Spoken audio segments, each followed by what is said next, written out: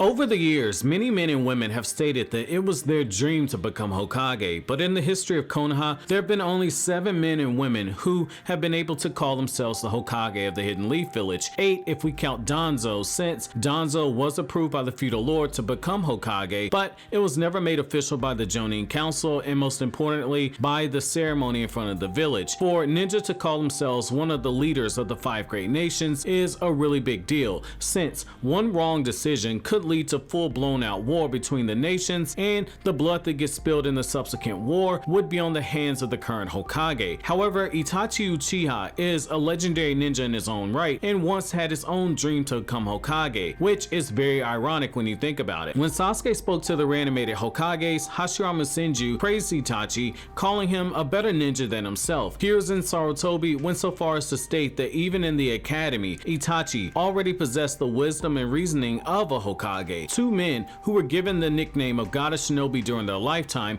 praised Itachi, and when I share with you guys Itachi's vision for the Hokage position, you guys will see just how far ahead of his years that a very young Itachi Uchiha truly was. The information comes to us from the Itachi Daylight novel, which I'll have linked down in the description box for anyone who wishes to read the novel and do so in a way that supports the channel. Unlike Sasuke, Itachi's desire to become Hokage was not only the purest of any ninja who wished to become Hokage, but the brilliance in his desire to do so was in the fact that he was the closest one to carrying out the will of the Sage's 6 Paths. The question that Jiraiya asked Naruto about how he proposed about bringing peace to the ninja world, a young Itachi had already come up with the solution and a plan to make a solution a reality. The Sage's 6 Paths believed that peace was the path that people should follow, and that chakra should only be used to connect people, bringing them closer together and establishing bonds to maintain the peace that he fought against his mother Kage in order to establish. In the scene I'm going to share with you guys, Itachi has just met with Danzo, agreeing to enter into the Anbu and serve directly under Danzo, despite having a suspicion that Danzo isn't someone to be trusted and something that his father Fugaku warns Itachi about. Itachi willingly becomes an Anbu because he believes it to be an also important stepping stone on his path to becoming Hokage and eventually bringing peace to the ninja world. So what I'll do for you guys now is go over the passage and then come back to you guys my thoughts so we can unpack what we just went over, and it's here I'm going to begin quoting. In order to change Konoha, he would have to become someone important, more renowned than he was now. If he was to become Hokage, he would be able to change everything. He would be the first Hokage from the Uchiha clan. He was starting to see a very clear signpost on the path to remove war from this world. Step 1, he would join the Anbu. He would distinguish himself there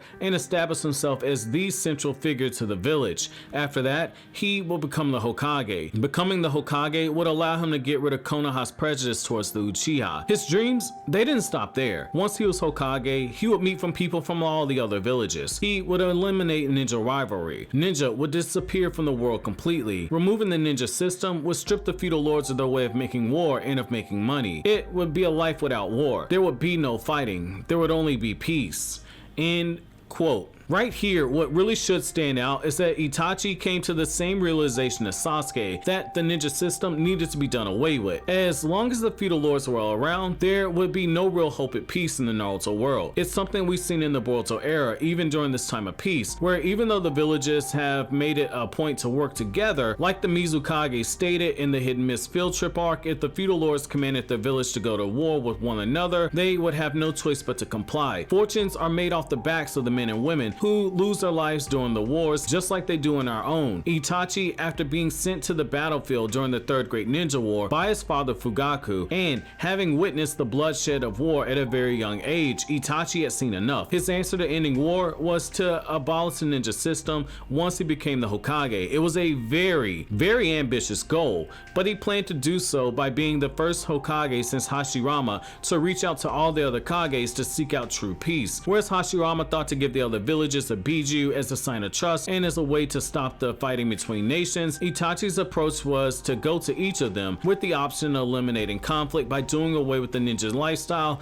and removing the feudal lords from the equation by stripping away their ability to make money off the backs of ninja anytime a war would happen. It's a very ambitious plan, but Itachi planned to build his name to the point where he was known not only as a central pillar in Konoha, but as a legend amongst all the 5 great nations, hoping that his his overwhelming power would force people to have to listen to him, whereas Sasuke hoped to achieve his endgame by killing the 5 Kage and destroying the Biju that would have been used for war, and by forcing change by ruling as a dictator. Itachi hoped to do so through diplomatic reasons, which is very admirable, very naive, but is very admirable as well, and it makes you look at Itachi's conversation with Naruto about what it takes to be Hokage a lot differently, as now you see exactly where Itachi was coming from. But I want to know from you guys, what did you guys think about Itachi's answer to bringing about peace to the world, and do you think it's a correct one, and do you think that any other character in the series had a better answer than Itachi, and if so, why? But as always guys, if you like anything I had to say, don't forget to comment, rate, subscribe, and share. Thank you so much for watching all the way to the end. Have an awesome day, guys.